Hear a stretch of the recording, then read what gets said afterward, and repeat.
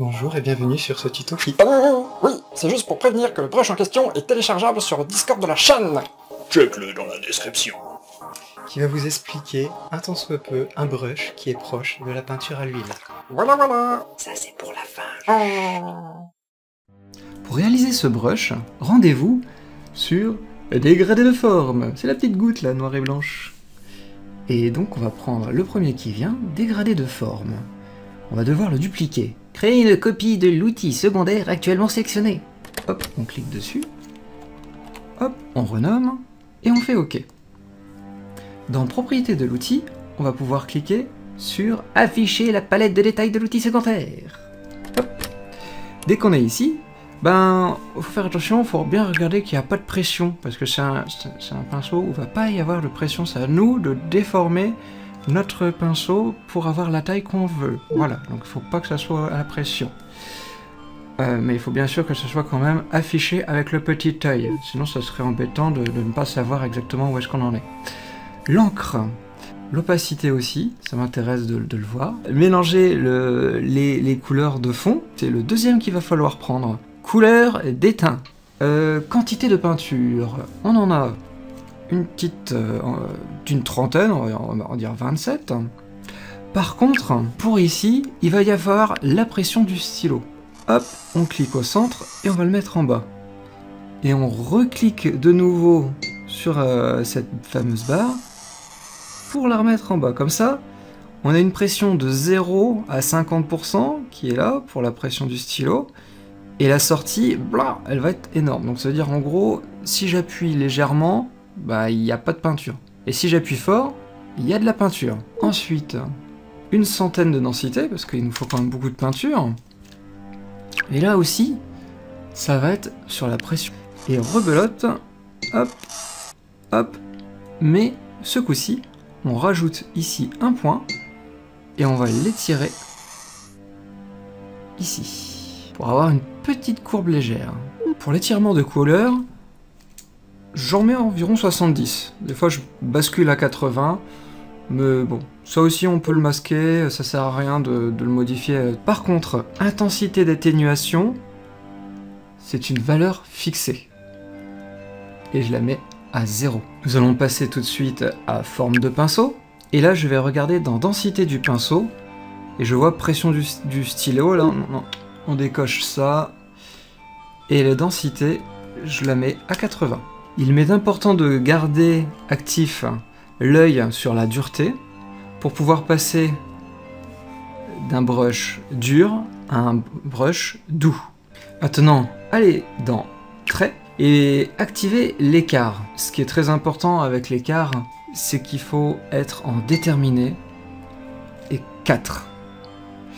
Ça permet d'avoir quelque chose de très fin et pas crémelé quand on déplace le stylet. Je vous invite ensuite à aller dans la correction.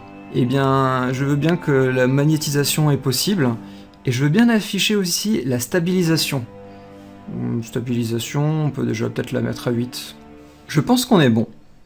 Nous allons pouvoir vérifier cela tout de suite. Je vais appuyer très fort sur mon stylet et faire un trait. Je vais appuyer légèrement et je vais descendre, voilà. Et donc ça étale bien mon trait. Voyons la pratique de ce brush. Nous prenons un trait épais et nous allons devoir l'étirer. Alors j'ai pris comme modèle un cercle pour vous montrer où va démarrer le brush et le trait qui va être ici, là où je vais m'arrêter. Je vais donc appuyer légèrement, pas très très fort sinon ça va marquer. Donc je vais effleurer jusqu'en bas.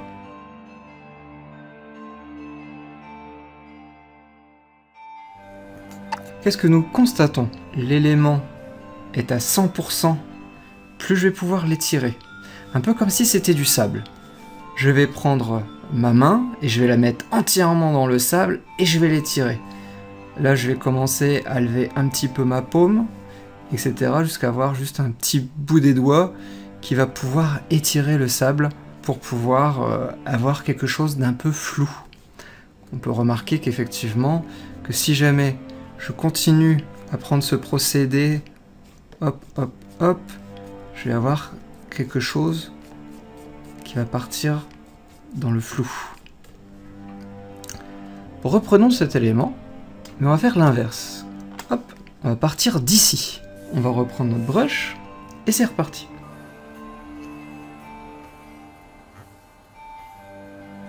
Qu'est-ce qu'on constate? Bien évidemment, ça refait exactement la même chose, mais on a l'impression qu'on a gommé, parce qu'en fin de compte, on a été en dehors, et on a repris pour le mettre l'élément à l'intérieur. Mais c'est un peu comme si, en fin de compte, on était en train de tirer sur un drap pour faire bouger la matière. Exemple numéro 2, je dois reboucher ce polygone, reboucher cette demi-cercle, et retirer ce petit morceau qui dépasse de ce trait noir pour avoir un rectangle bleu. Alors, je vais étaler vers l'intérieur. Voilà, tac, tac, tac, tac, tac, tac, tac. Et dès que ça va être comme ça, je peux mélanger le tout. Voilà. Ensuite, je vais faire la même chose pour ici, mais je vois que mon brush est trop petit. Je vais l'élargir. Et là, je vois que ça commence un petit peu à dépasser, mais c'est pas bien grave. Je le rétrécis. Je ne fais que d'étaler là, hein. Je n'appuie pas fort, c'est vraiment j'effleure l'écran. Pareillement pour le petit bout qui dépasse. Utilisons cette méthode pour pouvoir aussi corriger quelques petits défauts. Par exemple, j'ai envie de resizer mon œil, je voulais par exemple un petit peu plus petit, juste un chouïa, mais comme on peut le remarquer, bon j'ai mis en rose juste en dessous pour qu'on puisse voir qu'effectivement il y a un trou qui se forme. Bien, je vais essayer de prendre mon brush et faire des va-et-vient comme ceci, sorte de N, où on pourrait dire on pousse quoi, comme si j'avais un balai quoi, et j'essaie de retirer tout cela. Donc bien évidemment j'appuie pas du tout fort pour essayer d'être en smudge, donc en étirement. Parce que si j'appuie fort, bien évidemment, ça va faire du noir, parce que je suis sur du noir. On essaye de reboucher un peu les trous. Bien évidemment, cette technique est pas très utile pour si jamais vous avez des éléments trop texturés. Parce qu'effectivement, ben, ça va devenir un peu flouté, les éléments. Donc faire attention de ne pas trop toucher les choses, mais pour un petit croquis rapide, généralement, ça peut faire vraiment vite le taf.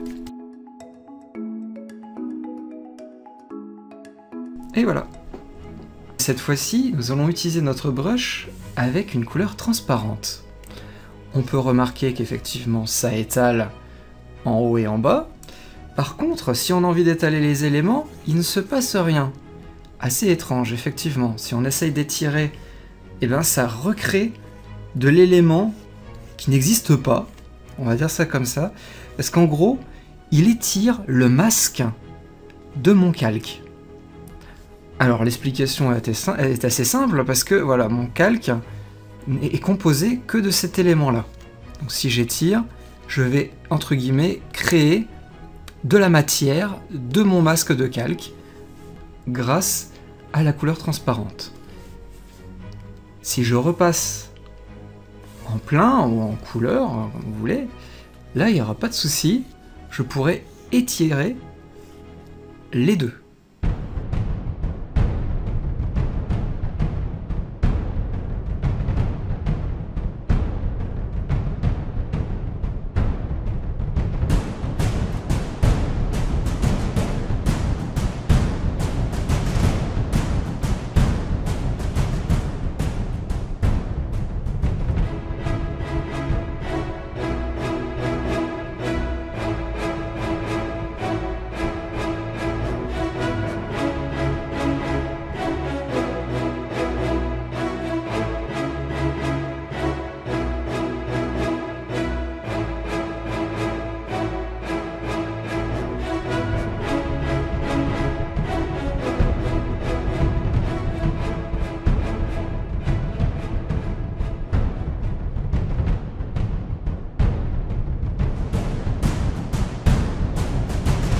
Quand je sais bien, ça peut prendre du temps, mais là je n'ai fait qu'un dessin avec du blanc. Vous dire que c'est quand même assez intéressant qu'avec un seul pinceau, on peut tout faire. De la gomme, parce que bien évidemment je switch avec la couleur transparente, j'étale, je mets de la peinture, je floute, je rectifie, je modèle. C'est vraiment, ouais, effectivement, comme de la pâte à modeler ou de la sculpture. C'est assez très intéressant comme technique, en tout cas.